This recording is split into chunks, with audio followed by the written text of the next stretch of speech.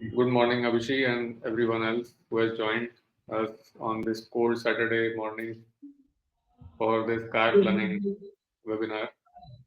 So, this is more like a workshop, and Abhishek is here to.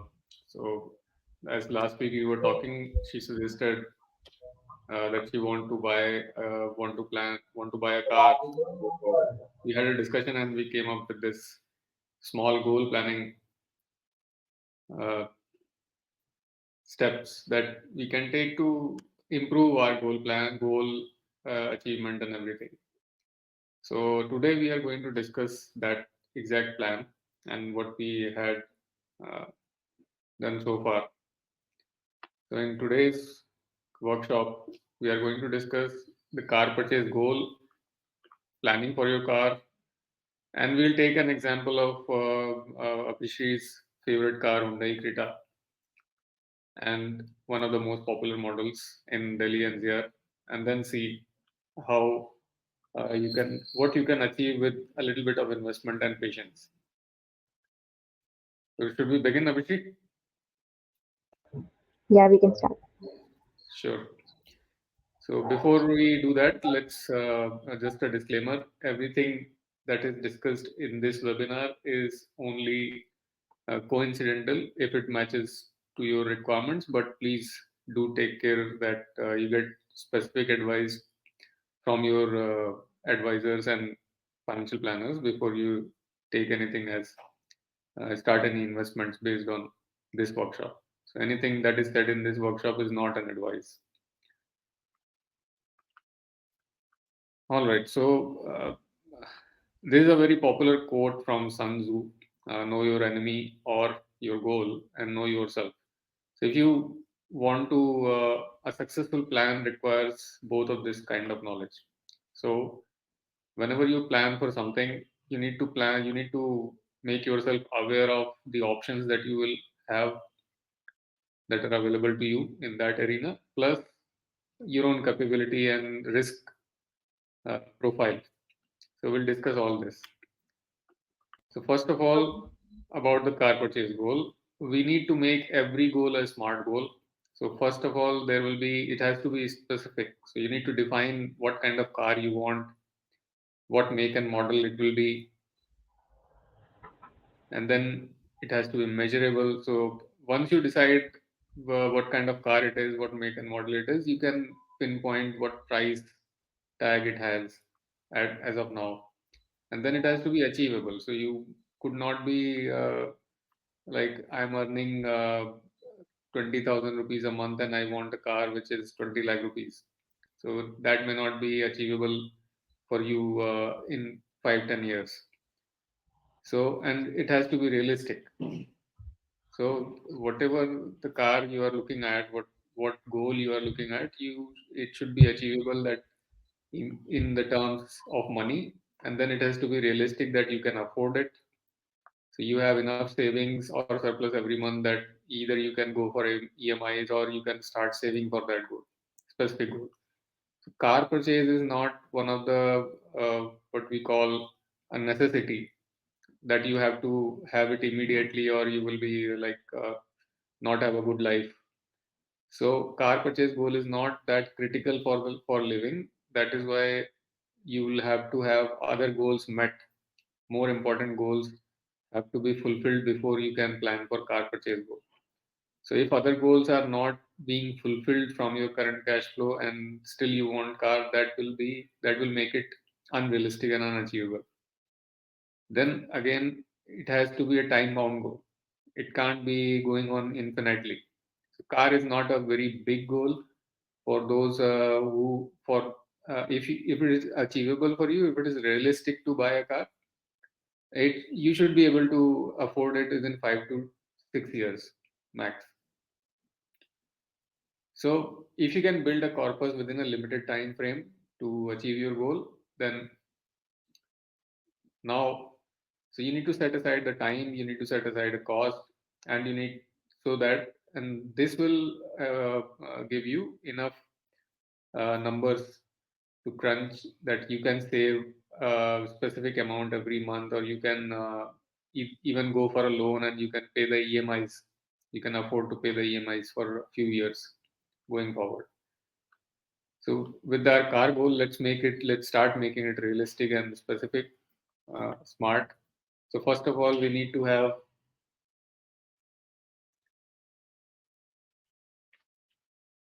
one second. Let me just pause.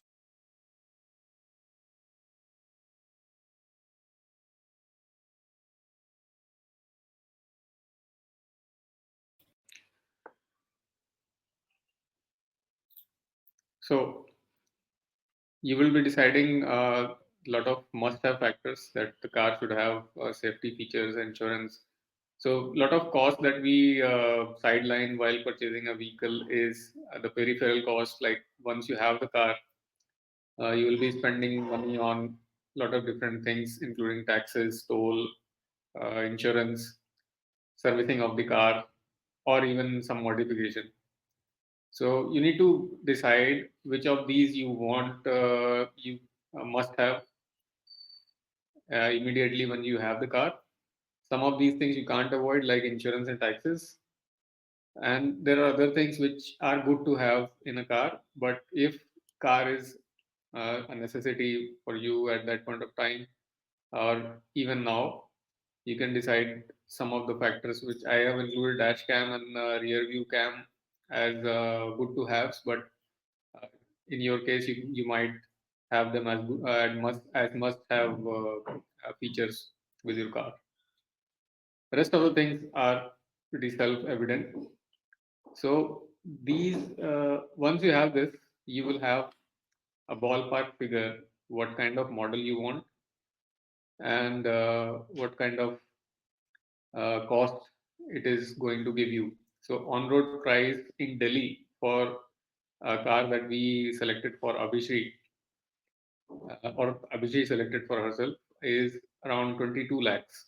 So I'm rounding off figures, and I will do a lot of rounding off later on as well, so that it is easier to comprehend.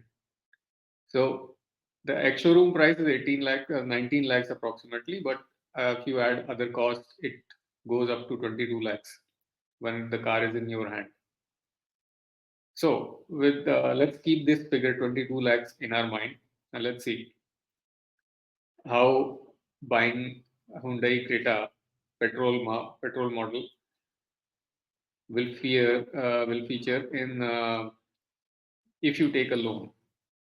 So if you take a loan, you will be paying about approximately at a conservative 10% of the cost will go as a down payment plus the taxes and insurance cost as well.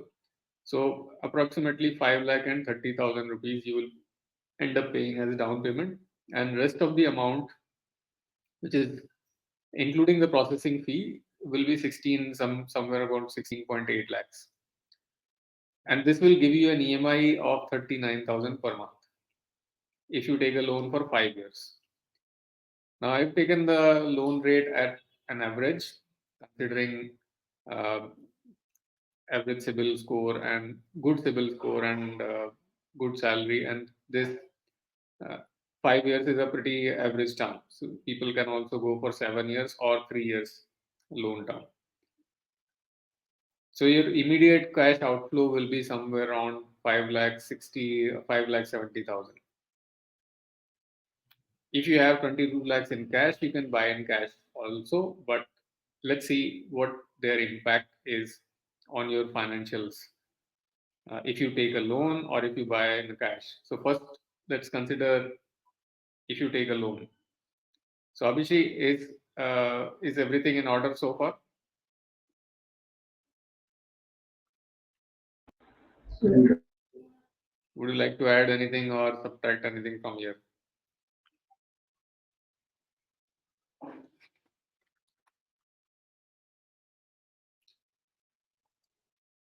Am I audible? Yeah. Great. So everything is good so far. All right. So let's move on and let's see. Remember that you took a loan for 5 years and you will be paying 39,000 per month for next 5 years to own this car. Now there are two things you can do. If you can wait for 5 years, let's say if you don't need the car immediately, car is not something that you need urgently on day two, because uh, you can still survive, and you are still using public transport to move around. So what if we, instead of paying the EMIs,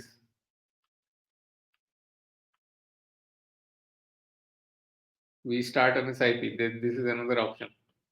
If you can afford the EMI of 39,000 per month, you can also afford to save 39,000 per month.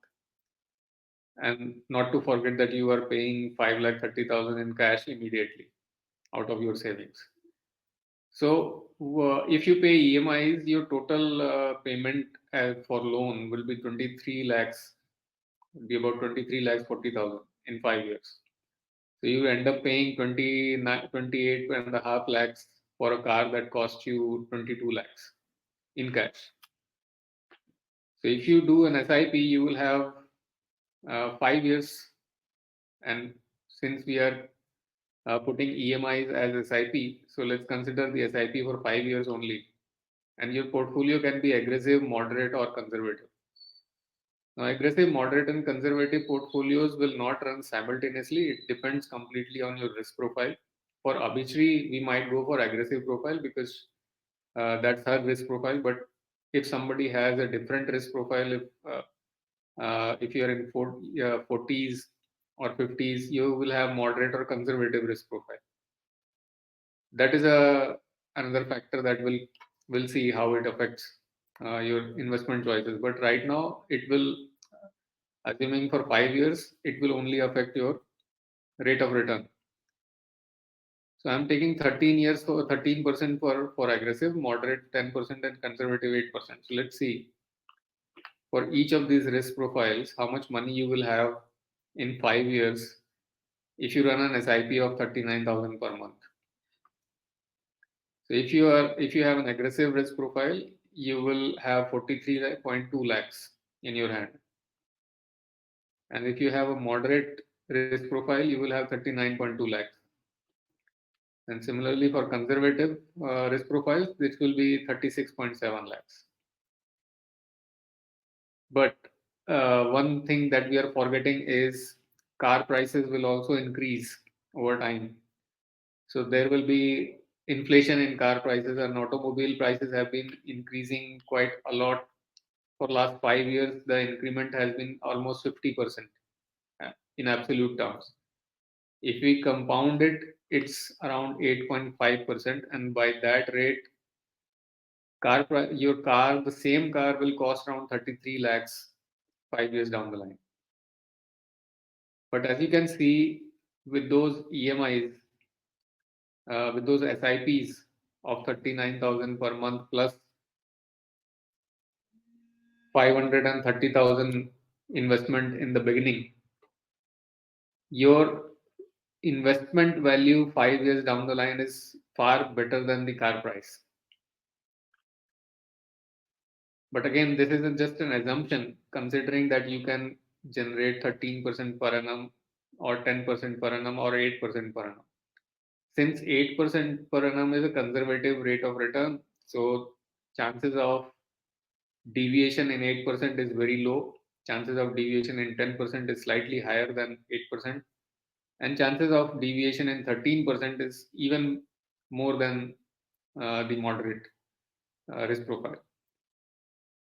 But still, these are very conservative rates, and this makes your goal achievable. Or maybe you may not have to wait for 5 years to buy a car. You can buy it in 3 years or 4 years. So let's see if that is possible.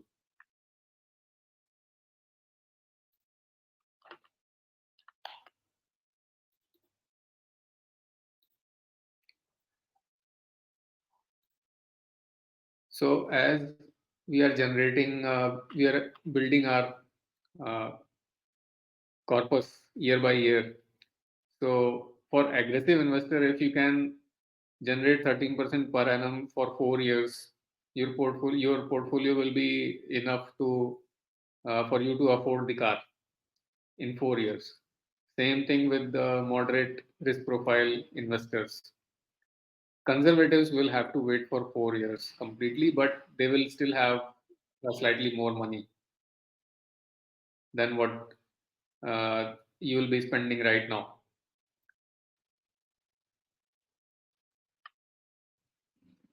So, if you buy a car with a loan, you ended up paying 29 lakhs upfront in 5 years. If you bought in cash, you ended up paying 22 lakhs in immediately. So, uh, with SIP, obviously, the picture looks better. But what if you already have the cash? SIP is for those who, if you do not have 22 lakhs immediately that you can spend on the car, uh, so you can wait for some time and build your wealth and then go for car purchase. But what if you already have built the wealth? You already have 22 lakhs in bank account, which you can immediately spend. Should you go about and spend that money? So before this, so obviously, which one would you like? Would you like to go for an SIP or an EMIs? SIP for sure. All right. So once you have SIP, and once you, let's say 5 years down the line, you have 43 lakhs in your account. Should you be buying a car on loan or will you buy the car in cash? In In cash. cash. Okay. Let's see if that would be the right choice. So now let's see what will happen if you buy a car on loan, but you have the cash in your bank account. So you can afford to pay 22 lakhs, but you don't do that. You instead, what you do, you make the down payment of 5,30,000, and remaining amount you put in a lump sum deposit for next 5 years, and you take a loan for next 5 years. Okay. So we will invest 16.7 lakhs for 5 years, and this amount will become at, if you continue to have an aggressive risk profile, it will become 30 lakhs 80,000. But if your risk profile goes down and you are a moderate investor, you will have 27 lakhs in your bank account. Or if you are conservative, you will have 24 lakhs. Now remember, how much did you pay as a loan? So when you took the loan of 16.88 lakhs, you ended up paying about 24 lakhs 20,000. Oh, sorry, 23 lakhs approximately to repay the loan in 5 years. So in 5 years, if you remove the initial immediate payment of 5,68,000, you will have approximately 23 lakhs that you will pay over the next 5 years. But if so, and at the same time, you saved 16.7 lakhs, you deposited in a mutual fund for next 5 years. At 13%, that will give you 30 lakhs and 80,000. So you will have a surplus of 6 lakhs.